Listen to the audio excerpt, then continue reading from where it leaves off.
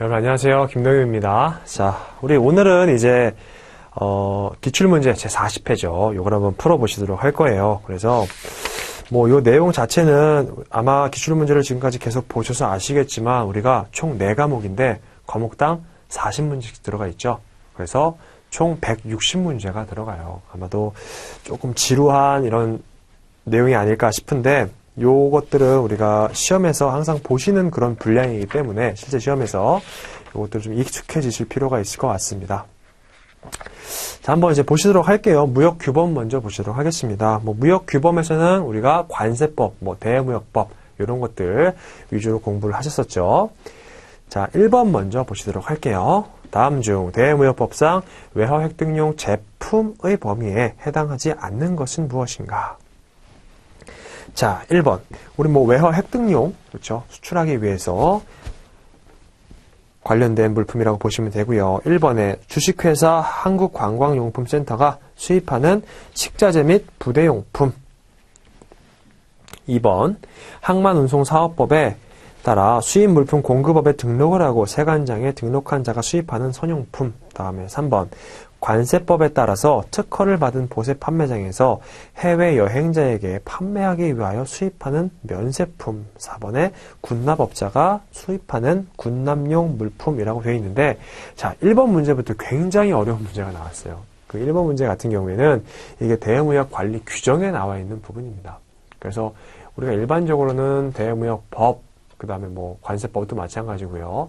법, 그 다음에 시행령, 시행규칙, 이렇게 이제 범위가 계속 늘어나는데, 일반적으로는 관세법 정도, 그리고 대무역법 정도만 공부를 하고 시험을 보세요. 근데 이게 지금 너무 이제 아래에 있는 내용들이 나와 있어가지고 헷갈리실 수가 있을 것 같습니다. 그런데 요거는 한번 정리를 해두고 가세요. 1번하고 2번하고 4번 같은 경우에는 대무역 관리 규정에 나와 있는 내용입니다. 그래서 1, 2, 4번은 문제가 없고 3번 내용 같은 경우에는 얼핏 보면 이게 외화획득용 제품의 범위에 해당한다라고 생각하실 수가 있는데 따로 이게 규정이 되어 있지 않습니다. 그래서 답이 3번이라고 보시면 되겠고요. 다음에 2번. 다음 중 대무역법상 외화획득용 원료 기재라는 사실을 증명하는 서류에 해당하지 않는 것은 무엇인가? 자, 우리가 외화획득용 원료 기재다라는 것을 증빙하기 위해서는 첫 번째로 해외에서 수입이 돼야 되죠. 수입이 딱 되어서 이때 관세를 납부를 하고 그 다음에 여기 수입된 원료로 국내에서 완제품을 만들어서 수출을 하게 될 때 환급을 받게 되는, 수입 시 납부했던 관세를 환급받게 되는 요 프로세스인데, 그럼 요 프로세스에서 관련 없는 게 무엇이냐라고 봤을 때에는, 자, 1번에 수출 신용장. 수출 신용장은 뭐죠? 결국에는 그 물품에 대해서 이 완제품 판매를 할 때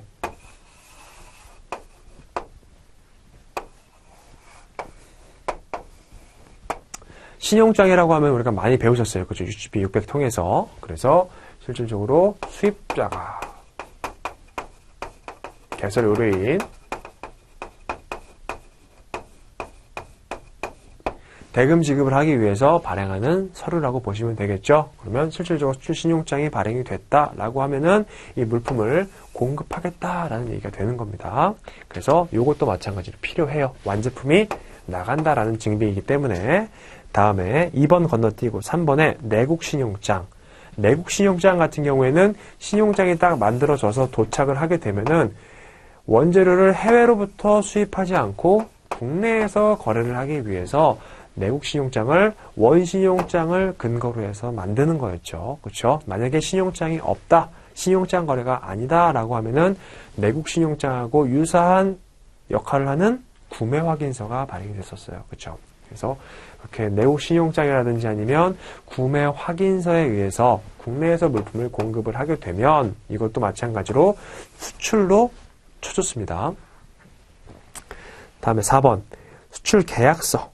이것도 마찬가지로 물품을 수출하겠다라는 계약서가 들어가는 거죠. 자, 그런데 여기 지금 보시면 요 원재료 수입할 때 하는 수입 신고 필증 같은 경우에는 사실은 상관이 없어요. 이거는. 왜냐하면 예를 들어서 이렇게 국내에서 거래가 되는 경우도 있을 거고요. 그렇죠? 그렇기 때문에 수입 신고 필증은 요거는 이 자체만으로 사실은 증빙하기가 조금 애매해요. 외화약 등용 거래라는 걸. 왜냐면 수입 신용장 자체는, 수입 신고 필증 자체는 이 물품을 수입했다라는 증빙밖에 안 되거든요. 이게 나중에 외화 획득을 하러 나간다. 이게 증빙이 안 되는 거예요. 그래서 2번은 아닙니다. 답이 2번이 되겠어요. 그래서 자, 3번. 다음 중 대외무역법상 특정거래 형태에 대한 설명으로 잘못된 것은 무엇인가? 우리 특정거래 형태가 몇 가지가 있었어요? 총 11가지가 있었어요. 그래서 뭐 위탁, 수탁, 무한, 임차, 임대, 뭐 이런 것들 쫙 있었습니다. 11가지가.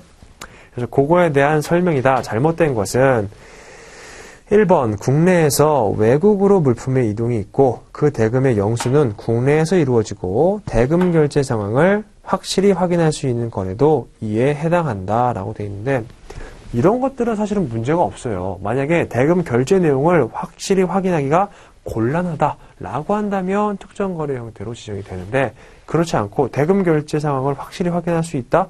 이거는 뭐 굳이 특정 거래 형태로 지정될 필요가 없는 거죠. 해당되지 않는다라고 보시면 되겠습니다. 자, 2번에 대외무역법의 규정에 따른 수출 또는 수입의 제한을 회피할 우려가 있는 거래를 말한다.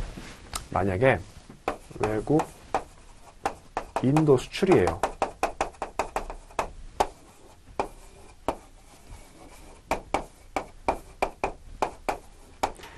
자, 지금 A하고 B하고 물품 매매 계약을 체결을 했는데 A의 공장은 A-라는 국가에 위치해 있어요. 그러면 물품을 이렇게 공급을 해줄 수가 있겠죠. 그런데 대금은 이렇게 영수를 받아야 됩니다. 자, 이런 경우가 있어요. 그런데 2번에 보시면 수출 또는 수입의 제한을 회피할 우려가 있는 거래.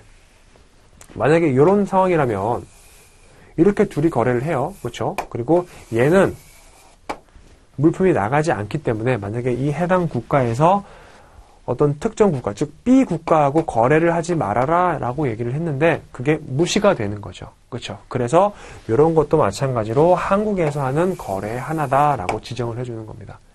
그래야지만 수출 수입에 대한 제한을 여기에다가도 적용을 할 수가 있으니까요. 여기 보시고 3번에 산업보호에 지장을 초래할 우려가 있는 거래. 이것도 마찬가지고요. 4번에 특정 거래 형태의 인정 절차, 인정의 유효기간, 그 밖에 필요한 사항은 산업통상자원부 장관이 정하여 고시한다. 이 내용까지 맞습니다. 그래서 답이 1번이 되겠네요. 다음에 4번. 다음 중 대외무역법상 무역업 고유번호에 대한 설명으로 올바른 것은 무엇인가? 1번. 산업통상자원부 장관은 수출입 거래가 질서 있고 효율적으로 이루어질 수 있도록 전산 관리 체제를 개발 운영하기 위하여 무역 거래자별 무역업 고유 번호를 부여할 수가 있다. 그렇죠? 그래서 무역 거래자가 이렇게 있고요. 그다음에 그 사람들마다 번호를 쫙 부여를 해줘요. 그러면 나중에 관리 번호 같은 거예요. 관리 번호. 그래서 뭐 특정 컴플레인 사항이 발생을 했다. 클레임 사항이 발생했다라고 하는 경우에는 이 관리 번호로 해결을 해주거나 아니면 어떤 특정 업체가 철강 업체예요. 또 이 업체도 철강 업체예요. 업태도 이렇게 등록을 합니다. 업태도. 자, 그러면 우리 한국에서 2018년에 수출된 철강 수량은 몇만 톤인가? 통계 자료를 활용할 때도 마찬가지로 이렇게 관리 번호에 따라서 체크해 보면 되겠죠. 그래서 1번 내용이 맞습니다. 자, 2번. 무역업 고유번호를 부여받으려는 자는 우편, 팩시밀리, 전자우편, 전자문서 교환체제 등의 방법으로 산업통상자원부 장관에게 신청하여야 하며 산업통상자원부 장관은 접수 즉시 신청자에게 고유번호를 부여해야 한다. 이거는 산업부 장관이 아니라요. 한국무역협회장입니다. 무역협회장. 다음에 3번. 무역 거래자는 내국 신용장 및 구매 확인서 발급 시 무역업 고유번호를 반드시 기재하여야 한다라고 되어 있는데 이거는 강제사항이 아니에요. 강제사항이 아니니까 요거는 반드시란 말이 빠져야 됩니다. 다음에 4번. 무역업 고유번호를 부여받은 자가 합병, 상속, 영업의 양순호 등 지위의 변동이 발생한 경우에는 무역업 고유번호를 신규로 발급받아야 된다라고 되어 있는데 우리 승계 받을 수 있습니다. 승계가 가능하고요. 그래서 답이 1번이 되겠네요. 다음에 5번 보실게요. 다음 중 대무역법상 수입 수량 제한 조치에 대한 설명으로 잘못된 것은 무엇인가? 1번에 수입 수량 제한 조치를 위한 조사기관은 무역위원회이다. 무역위원회가 맞고요. 다음에 2번 수입 수량 제한 조치는 조치 시행일 1년 이전부터 수입된 물품의 수량을 계산하여 적용한다 라고 되어 있는데 이거 아닙니다. 1년 전부터 하면 안 되겠죠. 그래서 수입 수량 제한 조치는 조치 시행일 이후에 수입되는 물품에만 적용한다. 이렇게 바꿔주시면 됩니다. 다음에 3번 수입 수량 제한 조치의 적용 기간은 4년을 넘어서는 안 된다. 너무 오래 끌면 안 돼요. 수입 수량을 제한하는 거를 너무 오래 끌게 되면은 상대 당사국에도 민폐가 되겠죠. 4번 정부는 수입 수량 제한 조치를 시행하려면 이해 당사국과 수입 수량 제한 조치의 부정적 효과에 대한 적절한 무역 보상에 대해 협의할 수 있다. 의도적으로 막아버리는 거기 때문에 상대방 국가에다가 어느 정도 보상을 해줘야 된다라고 생각하시면 될 것 같아요. 자, 그래서 답이 2번이 되겠습니다. 자, 6번. 다음 중 대무역법상 전략물자의 수출입에 대한 설명으로 가장 잘못된 것은 무엇인가? 우리 전략물자라고 하면은 이제 일반 이렇게 산업용으로 사용되는 부품이 있어요. 근데 이게 어떻게 사용을 하면은 미사일이라든지 아니면 뭐 총 이런 데 들어갈 수 있는 부품이라고 할게요. 물론 이제 용도는 이게 아니라 일반 산업 기계에 들어가려고 하는 그런 용도였겠죠. 그런데 이런 용도로도 사용이 될 수가 있다라고 판단이 되면 일단은 수출 허가를 받아야 됩니다. 그래서 수입을 하는 사람은 누군지, 최종 사용자는 누군지, 어떤 용도로 사용을 할 건지 이런 내용들에 대해서 허가를 받아야지만 수출할 수가 있다라고 보시면 되겠습니다. 1번 전략물자에는 해당되지 아니하나 대량 파괴 무기와 그 운반 수단인 미사일의 제조, 개발, 사용 또는 보관 등의 용도로 전용될 가능성이 높은 물품 등을 수출하려는 자는 상황 허가를 받아야 된다. 일단 이 해당 물품 자체가 전략물자는 아니에요. 그렇지만 그 거래 상황을 보다 보니까 이게 혹시 미사일의 제조, 개발, 사용 이런 용도로 사용될 수 있을 것도 같은데 라는 생각이 들면은 그 상황 자체에 대해서 허가를 받아야 됩니다. 그래서 뭐 우리 전략물자 허가라고 하면요 수출 허가도 있고 지금 보시는 상황 허가도 있고 중개를 하는 경우에는 중개 허가 이런 것들도 있습니다.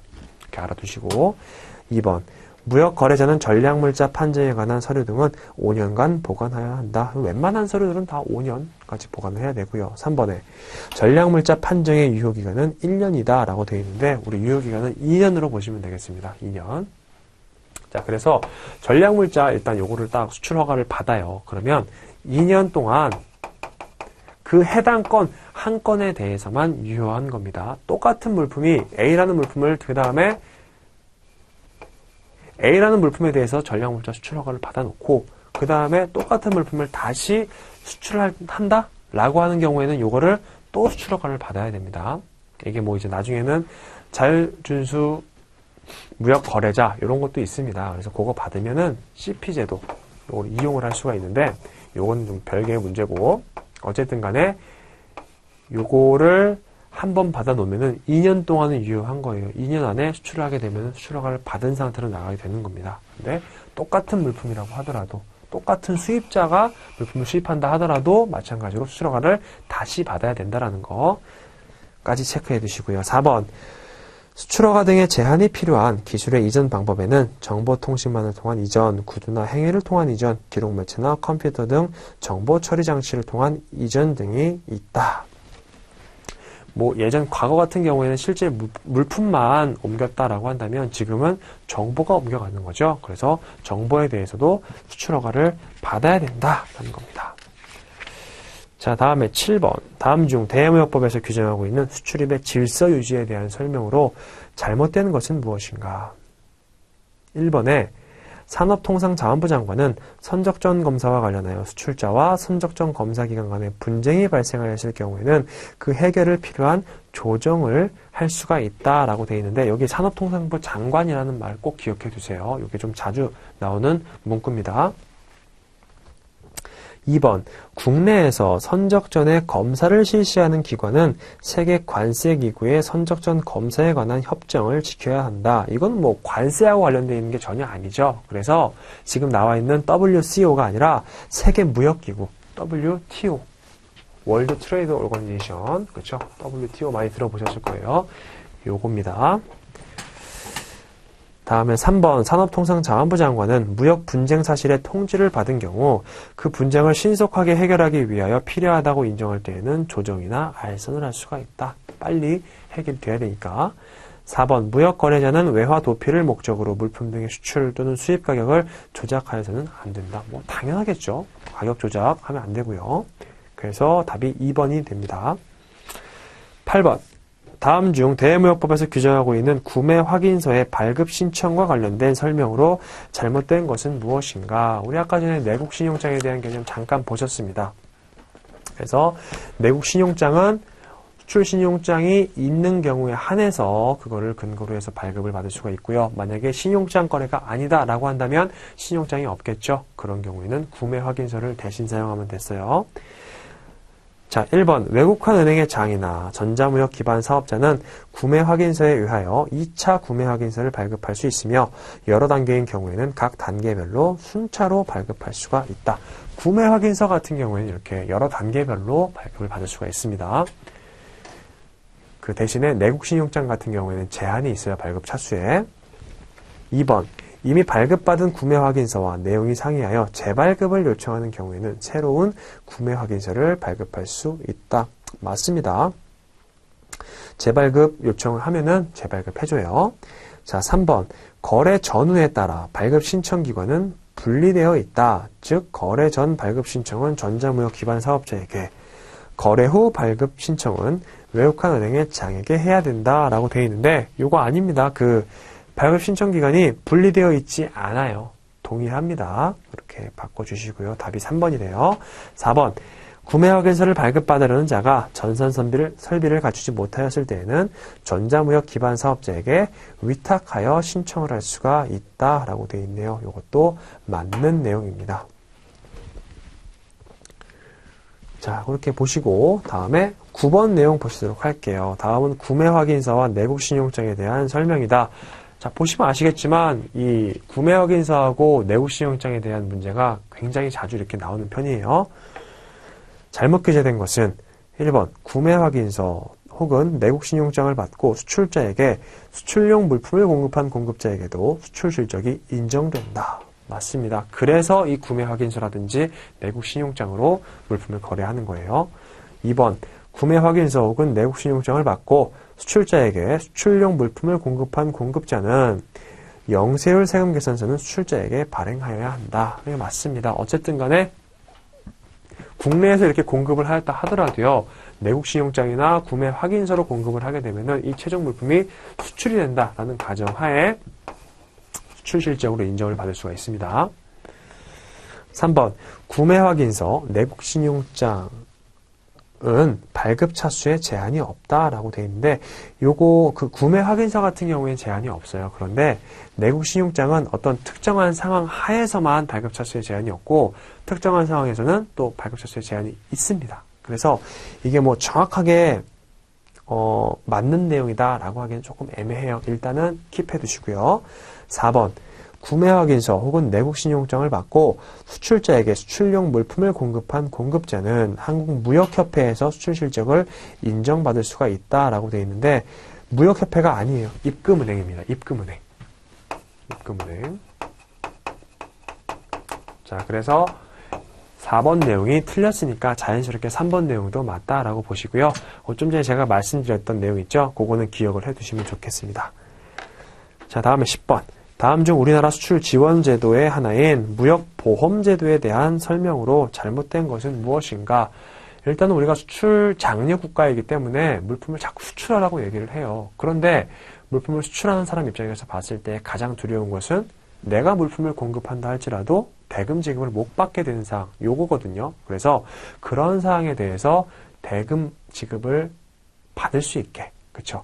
수입자한테는 못 받더라도 여기 보험회사에서 받을 수 있게 만들어 놓은 게 무역보험제도다라고 보시면 되겠습니다. 잘못된 것은 1번에 수입보험이란 자원이나 물품을 수입하는 경우 국내 기업이 부담하는 선급금, 미회수 위험을 담보하거나 국내 기업에 대한 수입자금 대출 지원이 원활하도록 지원하는 제도이다.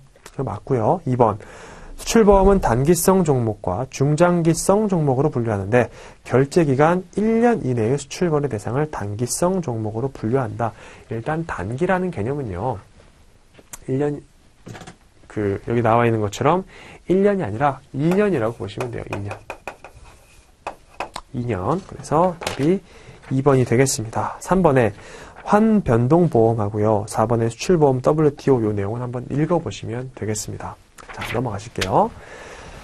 11번에 다음 중 대무역 법령에서 규정하고 있는 용역과 전자적 형태의 무채물에 대한 설명으로 잘못된 것은 무엇인가? 우리 대무역법에서는 수출 대상 물품에 대해서는 물품이라든지 아니면 용역 그리고 전자적 형태의 무채물 이렇게 세 가지로 나눴었죠.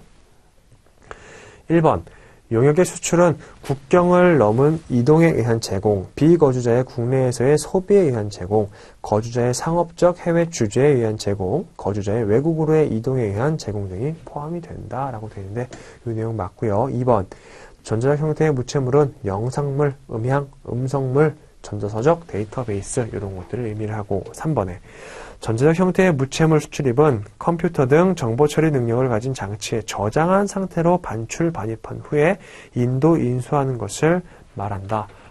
당연하겠죠. 전자적 형태의 무채물이라고 하면 일단은 컴퓨터에 파일로 저장되어 있는 형태를 말하거든요. 근데 그 파일을 어떻게 들고서 이동할 수는 없겠죠. 실제 페이퍼라든지 아니면 CD에 구현이 되어 있다라고 한다면 모르겠지만 그 컴퓨터 파일을 꺼내가지고 넘겨줄 수는 없어요. 그렇죠? 그렇기 때문에 여기 3번 내용도 맞습니다. 왜냐하면은 예를 들어 여기 지금 보시는 것처럼 정보 처리 능력을 가진 장치라고 하면은 컴퓨터 자체를 얘기를 할 수도 있고요. USB라든지 CD 이런 것들도 다 포함이 되는 개념이라고 보시면 되겠습니다.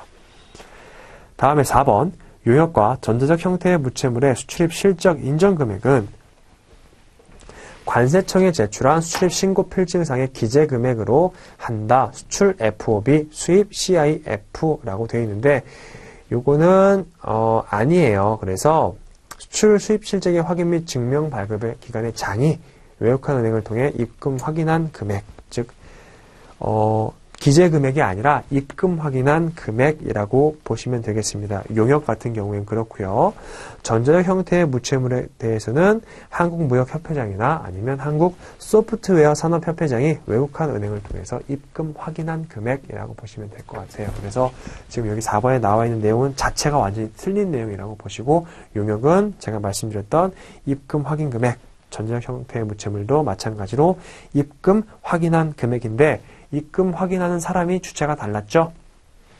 그 내용까지 파악을 하셔가지고 필기해 두시면 되겠습니다. 답은 4번입니다. 자, 12번. 한국무역은 수출 마케팅에 해외에서 가장 많이 이용하는 거래 알선 사이트를 활용하고자 한다.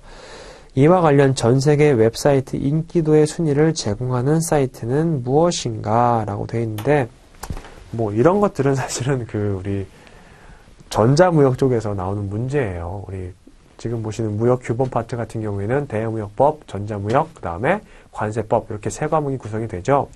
근데 이런 내용들은 사실은 맞추시기는 쉽지 않으십니다. 그래서 요거 그냥 내용만 파악을 하고 가세요. 이번에 알렉사 이쪽이에요. 그래서 여기에서는 인기도 순위라든지 아니면 경쟁자 이런 것들 아니면 링크 인기도 이런 것들이 있죠. 그런 내용들을 전달을 해주는 역할을 한다라고 보시면 될 것 같고 아마 다음 시험에서는 안 나올 확률이 높습니다. 자, 13번.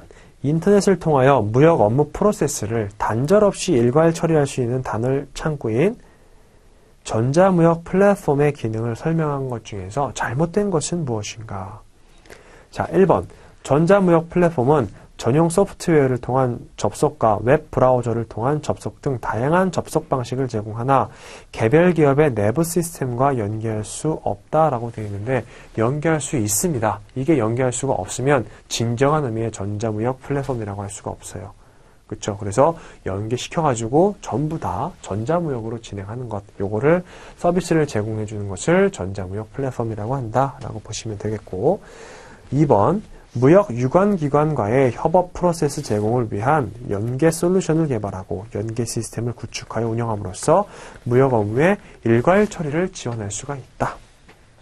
3번 전자무역 플랫폼은 다양한 기관과의 시스템 연계를 위하여 인터페이스 방식의 통합이 필요하기 때문에 프로세스의 유기적 연계와 통합 기능을 제공한다. 4번 전자무역 플랫폼과 연계하여 전자문서 보관소를 구축함으로써 보안 및 장애 관리를 포함한 운영자의 역할을 수행한다. 전반적으로 다 관리를 해주고요. 이렇게 전자무역 플랫폼 같은 경우에는 사실 문제가 구성이 되면 부정적인 얘기가 나오기가 쉽지 않아요. 그렇죠? 단점을 제 문제에다가 던지기 쉽지 않거든요. 그러니까 만약에 뭔가가 조금 부족하다, 하자가 있다라는 내용으로 전자무역 플랫폼에 관련된 문제가 구성이 되면 그 내용을 좀 중점적으로 보세요. 그게 아마 답일 확률이 높습니다. 다음 14번 이제 관세법에 대한 내용이 나오네요. 관세법상 용어의 정의와 관련하여 용어의 정의와 사례에 대한 설명으로 잘못된 것은 무엇인가? 1번 중국에서 수입된 과실 주스에 대해서 인천세관 내 보세구역에서 샘플링하여 식품 검사를 진행하였다.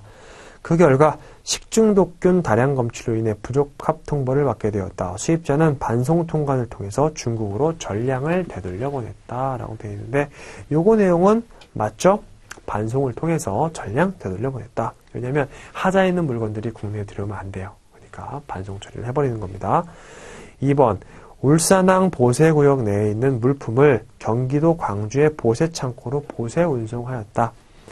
내륙지인 경기도 광주의 보세창고에 있는 물품은 내국 물품이 아닌 외국 물품이다 라고 되어 있는데, 지금 여기 국내에 들어와 있는 여기 보세창고에 들어가 있는 물품을 보세창고를 옮긴다라는 거예요. 그러면 이 보세창고에 들어가 있는 물품이 외국 물품이죠. 이 외국 물품을 보세 운송을 통해서 다른 보세창고에 들어가 있고 결국에 이 들어가 있는 물품은 외국 물품이 되는 겁니다. 언제 내국 물품을 바뀌게 되는 거죠? 수입신고를 하면. 수입신고가 수리가 되면 외국 물품이 내국 물품으로 바뀐다라는 거. 개념 다시 한번 잡아두시고 2번 맞고요. 3번 부산세관 관할구역 내에 입항하는 운송수단으로부터 부산세관 관할구역에서 출항하는 운송수단으로 물품을 옮겨 실는 것을 복합환적이라 한다라고 되어 있는데 이거는 그냥 환적이에요. 복합환적이 아니라. 우리 복합환적은 어떤 개념이었죠? 복합환적은 중국에서 물건이 인천항으로 들어와요. 그럼 여기에서 내려가지고 트럭으로 딱 부산항으로 갑니다. 그 다음에 여기에서 다시 배에 실어서 나가는 거. 이게 복합환적에 대한 개념이었고, 도착한 운송수단에서 내려가지고 여기에서 다른 운송수단으로, 다른 배로, 즉 도착한 배에서 물건 내린 다음에 다른 배로 갈아타서 다시 출항을 해버리면 이거는 환적에 대한 개념입니다. 답이 3번이고요. 4번 서울 삼성동에 있는 수출신고 수리된 물품은 외국 물품으로 본다. 왜냐하면 내국 물품이 수출신고가 수리가 되면 외국 물품이 되니까. 그래서 답을 3번으로 보시면 되겠네요. 자, 15번 보실게요. 다음 중 관세법상 수입 물품에 대한 관세의 부과 징수 및 납부와 관련한 설명으로 잘못된 것은 무엇인가? 1번 관세는 해당 관세를 부과할 수 있는 날부터 5년이 지나면 부과할 수 없다. 즉 관세 부과 제척기간이 만료가 되는 거죠. 그러나 부정한 방법으로 관세를 포탈하였거나 환급 또는 감면받은 경우에는 관세를 부과할 수 있는 날부터 10년까지는 관세를 부과할 수 있다. 만약에 부정한 방법으로 이렇게 업무가 처리가 됐다라고 한다면 관세 부과 제척기간이 5년이 아니라 10년으로 늘어난다는 겁니다. 자, 2번. 10억 미만의 관세에 대한 관세의 징수권은 이를 행사할 수 있는 날로부터 5년 이내에 행사하지 않으면 소멸시효가 완성이 된다라고 되어 있는데 요거 두 개가 바뀌었습니다, 지금. 그래서 5억 이상의 관세에 대한 관세의 징수권은 이를 행사할 수 있는 날로부터 10년 이내에 행사하지 않으면 소멸시효가 완성된다라고 보시면 될 것 같아요. 3번에 납세 독촉을 하는 경우 관세 징수권 소멸시효는 중단이 된다. 그러면 이제 중단됐다가 그 다음에 다시 시작이 되는 거죠. 4번 환급 청구권의 소멸시효는 환급 청구권을 행사하는 경우 중단된다. 마찬가지로 중단이 됐다가 다시 시작되는 겁니다. 자, 16번 다음 중 관세법상 수입 물품에 대한 종가세로 부과하는 관세의 과세 표준. 우리 종가세가 뭐였죠? ad valorem, 가격에 의해서 부과하는 거였죠. 즉 과세 가격의 결정과 관련한 설명으로 올바른 것은 1번 송품장에 기재된 FOB USD $10,000의 과세 가격은 $10,000이다 라고 되어 있는데 우리 FOB는 뭐죠? 자, FOB 조건 같은 경우는 여기에 도착을 한 다음에 책정되는 게 아니에요. 그쵸? 여기 자 다시 한번 그릴게요.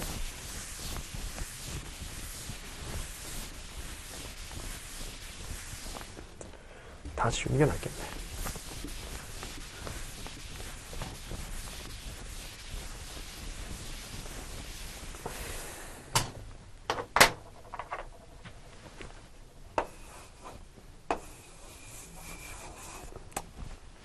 참 어쨌든 둘 다 이 수출국이고 수입국이라고 할게요.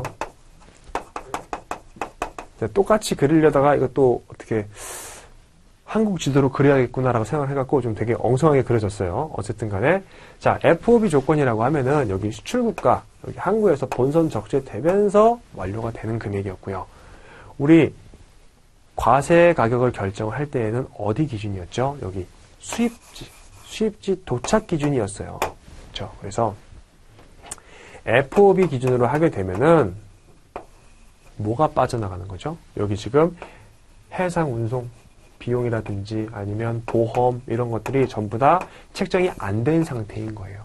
그래서 송품장에 기재된 FOB 금액을 기준으로 하는 게 아니라 CIF 기준으로 해야 됩니다. 왜냐하면 이제는 여기에는 이 비용 추가를 해서 인슈어런스하고 프레이트가 포함되어 있는 금액이니까. 그렇죠? 기준은 CIF여야 된다라는 거고요. 그래서 여기 CIF 같은 경우에는 수입 실적을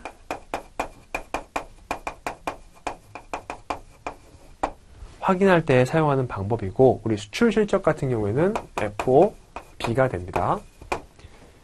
2번 부산세관 보세창고에서 수입 신고 이전에 행해지는 원산지 표시 보수작업 관련 비용은 구매자가 이를 부담한 것이지만 수출자가 이행했어야 하는 비용이므로 과세가격 결정 시 실제로 지급하였거나 지급할 금액에 포함이 된다. 우리가 과세가격 결정에 대해서 1방법이죠. 1방법은 결국에는 여기 기준이에요. 여기 기준. 도착지 기준. 그렇죠? 근데 지금 여기 보시는 것처럼 원산지 표시 보수 작업 있죠. 이거는 일단 국내에 들여와가지고 보세 창고에 들어간 다음에 물품을 확인해 보니까 원산지가 없는 거예요. 그래서 부랴부랴 원산지 표시를 하게 되는 거죠. 그러면 도착 이후에 발생한 비용이라고 보시면 될 것 같습니다. 그래서 이번 내용은 도착 이후 발생한 비용이기 때문에 포함돼서는 안 되고요. 3번 구매자가 수입 물품인 레이저 포인터의 생산을 위해 중국 공장에 무료로 공급한 플라스틱 케이스에 대해서는 그 플라스틱 케이스의 가격을 가산하여 수입 물품인 레이저 포인터의 과세 가격을 산출한다 라고 되어 있습니다. 이게 뭐냐면 우리 생산 지원 비용 기억나시죠?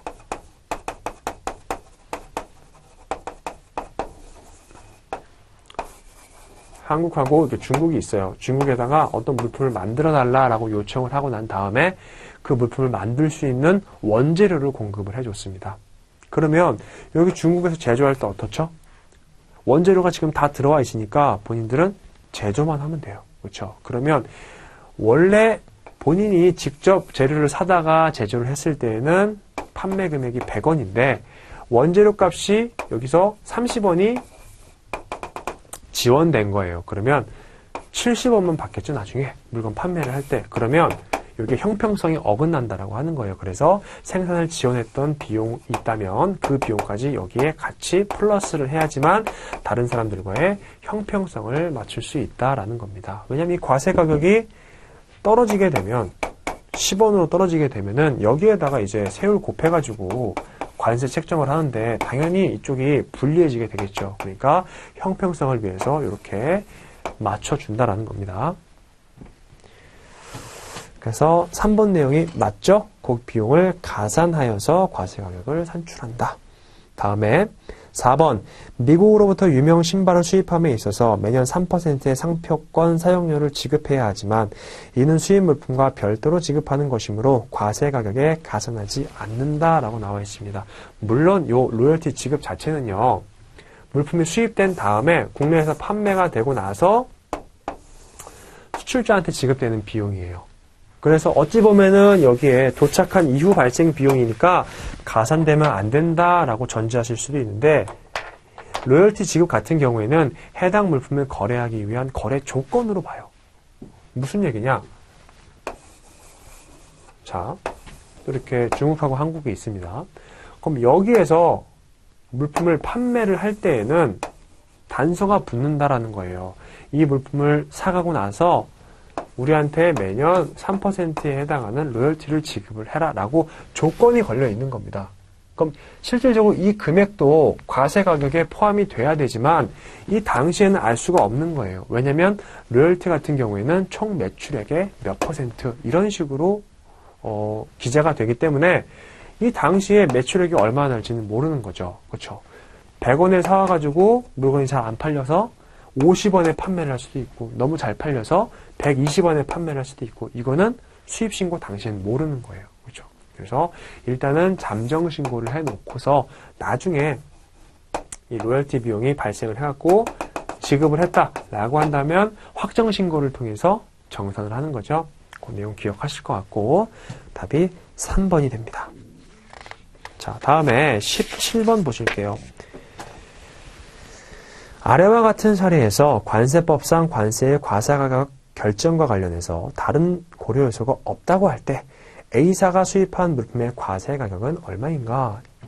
A사는 이탈리아의 B사로부터 의류 천점을 FOB USD $10,000에 수입을 한다. 일단은 FOB 기준이 됩니다. 지금 여기죠. 그렇죠? FOB 기준이에요. 수출국에서. B. A사는 B사의 의류 포장에 있어서 고급 포장재를 사용할 것을 주문하고 이에 대한 비용을 A가 부담하기로 했다. 지금 뭐 한 거예요? 생산 지원해 준 거예요. 그렇죠? 포장 비용. 지금 여기 그러면 처음에 $10,000, 다음에 포장 지원 비용은 2,000. 여기는 지금 10,000, 다음에 포장 생산 지원한 거는 2,000. 다음에 C. A사는 의류 수입에 대해 보험을 부과하였고 보험료는 $150이다 라고 되어 있습니다. 보험은 어찌됐든 간에 FOB 기준으로 됐기 때문에 도착할 때 필요한 거예요. 누가 했든 간에 했든지 상관없이 해당 비용 보험은 추가가 돼야 되고요. 그 다음에 D. 이탈리아에서 우리나라까지 해상 운임으로 $1,000를 지급하였다. 자, 여기에서 선적한 다음에 국내로 들어올 때까지의 운송 비용이 1,000원이 되고 $1,000. 그러면 요거 지금 전부 다 합쳐야겠죠? 요거 합치면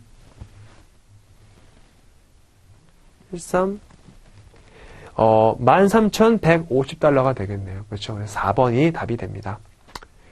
자, 기준을요. 이런 문제가 사실은 굉장히 조금 기준을 안 잡으시면 되게 어려워요. 어떤 때에는 분명히 이제 보험이 포함이 됐었었는데 어떤 때에는 보험을 포함하지 말라고 하고 제가 자꾸 이렇게 말씀을 드리거든요. 왜냐하면 여기 CIF 기준을 맞추기 위해서 그런 거예요. 그렇죠? 그래서 CIF 기준을 맞추기 위한 거고 지금은 FOB에 대한 문제가 나왔지만 만약에 이게 FCA예요. 그러면 내륙 운송비도 포함을 시켜야겠죠. 그렇죠? 그런 것들 다 고려를 하셔야 됩니다. 자, 다음에 18번. 중국으로부터 수입하는 물품에 대한 관세율이 다음과 같고 그 물품의 과세 가격이 1,000만 원이라면 수입 통관 시 납부하여야 할 관세액은 얼마인가?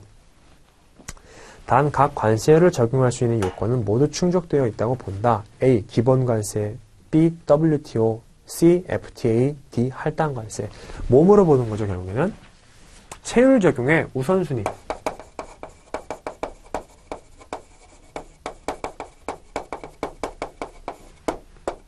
우리 뭐 1순위 같은 경우에는 뭐가 있었죠? 덤핑. 상계 이런 게 있었고 2순위는 FTA 협정관세 이런 거 있었죠? 요거 해서 마지막에 7순위가 기본세율이었습니다. 자, 그럼 이게 순위 묻는 문제인데 보시면은 자, 우리 A의 기본관세는요 7순위예요. 가장 나중에 적용되는 거. 이거 아니고 다음에 B WTO 일반 양허 관세율 요거는 3순위였죠. 다음에 C FTA 관세율 요거는 2순위예요. 그리고 D 할당 관세가 4순위인데 문제가 뭐냐면 그러면 이렇게 봤을 때에는 FTA 관세율이 적용이 돼야 되지 않느냐라고 생각하실 수가 있어요. 그런데 여기 할당 관세를 딱 보면 할당 관세가 2%예요. 우리 2순위하고 3순위 세율의 조건이 뭐였죠? 4순위, 후순위 세율보다 낮은 경우에 하나여 먼저 적용이 된다라는 내용이 있었습니다. 그게 왜 그런 내용이 들어가 있냐면 우리 1순위 같은 경우는요. 그냥 가장 우선적으로 적용이 된다라는 말만 나와 있어요. 그런데 여기 2순위하고 3순위 이쪽 보면요. 이거는 혜택이에요. 혜택. 근데 혜택인데 FTA 협정관세가 관세율이 15%예요. 근데 기본세율이 3%예요. 그럼 뭐 적용해야 돼요? 이거 적용해야 돼요. 혜택을 주기 위해서 만들어 놓은 세율이 너무 높다. 근데 후순위가 더 낮게 측정이 되어 있다라고 한다면 후순위 세율을 써야 되는 거죠. 그래서 답이 할당관세 2%가 됩니다. 1,000만 원에다가 2%를 곱하면 4번에 20만 원이 나오겠네요. 그래서 거기 순위표는요. 우리 앞에 책에서 보셨으니까 한번 참고를 해두시고 다음에 19번 다음 중 관세법상 재수입 면세에 대한 설명으로 잘못된 것은 무엇인가? 1번 수출물품의 용기로서 다시 수입되는 경우에도 적용받을 수 있다. 요거 놓치시면 안 됩니다. 용기도 가능해요. 2번 우리나라에서 수출된 제품이 해외에서 제조, 가공, 수리, 사용되지 않고 수출신고 수리일부터 2년 내에 다시 수입되는 경우에도 적용받을 수 있다. 맞죠? 3번 해외 전시회에 출품하여 품평 등에 사용한 물품을 다시 수입하는 경우에는 적용받을 수 없다라고 나와 있는데 아니었습니다. 요거는요. 그 박람회라든지 전시회, 품평회 이런 것들에 출품돼 가지고 사용된 경우는 제외가 됐었습니다. 즉 적용이 가능하다라는 얘기예요. 즉, 사용으로 안 본다라는 거죠. 답이 3번이 되겠고 4번에 원칙적으로 면세 신청은 수입신고 수리 전에 제출해야 된다. 기본적인 원칙사항입니다. 맞고요.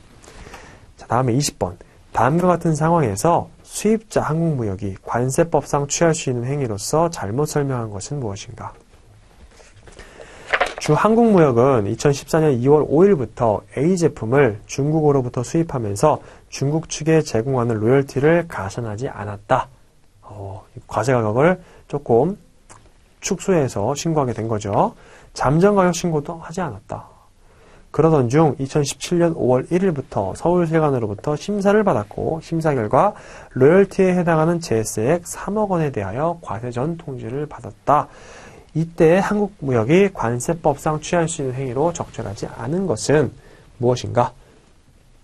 1번 한국무역은 서울세관의 추징세액에 대한 과세전 통지를 받은 날부터 30일 이내에 과세전 적부심사를 청구할 수 있다. 내가 지금 과세 통지를 받았는데 이게 과연 적절한지 하지 않은지에 대해서 판단을 요청을 하는 겁니다. 요거는 가능했었고요. 자, 2번 한국무역은 과세전 적부심사를 거치지 않고 관세청장 또는 감사원장에게 심사 청구를 하거나 조세심판원장에다가 심판 청구를 할 수가 있다. 맞습니다. 이게 반드시 필요한 건 아니에요. 그래서 요거를 바로 넘어갈 수가 있고요. 3번 한국무역은 심사청구, 심판청구에 대한 결정 통지를 받은 날부터 90일 이내에 행정소송을 제기해야 한다. 만약에 심사청구라든지 심판청구를 받고 나서 결과가 마음에 안 들어요. 그러면 결과 통지된 날로부터 90일 이내에 소송을 제기해버리면 됩니다. 4번 한국무역은 관세법에 따른 심사청구, 심판청구를 거치지 아니하여도 행정소송을 제기할 수 있다라고 되어 있는데 이거는 거쳐야 돼요. 행정심판 전치주의라고 해서 요 감사원의 어떤 다른 심사, 심판청구 이런 것들이 반드시 전제가 되고 그거에 대한 결과가 나와야지만 소송을 청구할 수가 있는 겁니다. 행정소송을. 근데 만약에 90일 이내에 결과가 나오지 않았어요. 그러면 90일이 지나면은 바로 행정소송을 제기할 수가 있어요. 어찌됐든 간에 요거는 한번 거쳐야 되는 단계다라고 보시면 되겠습니다. 답은 4번이 되겠죠. 자, 그렇게 보시고요. 우리 21번부터는요, 잠깐 쉬었다 진행할게요.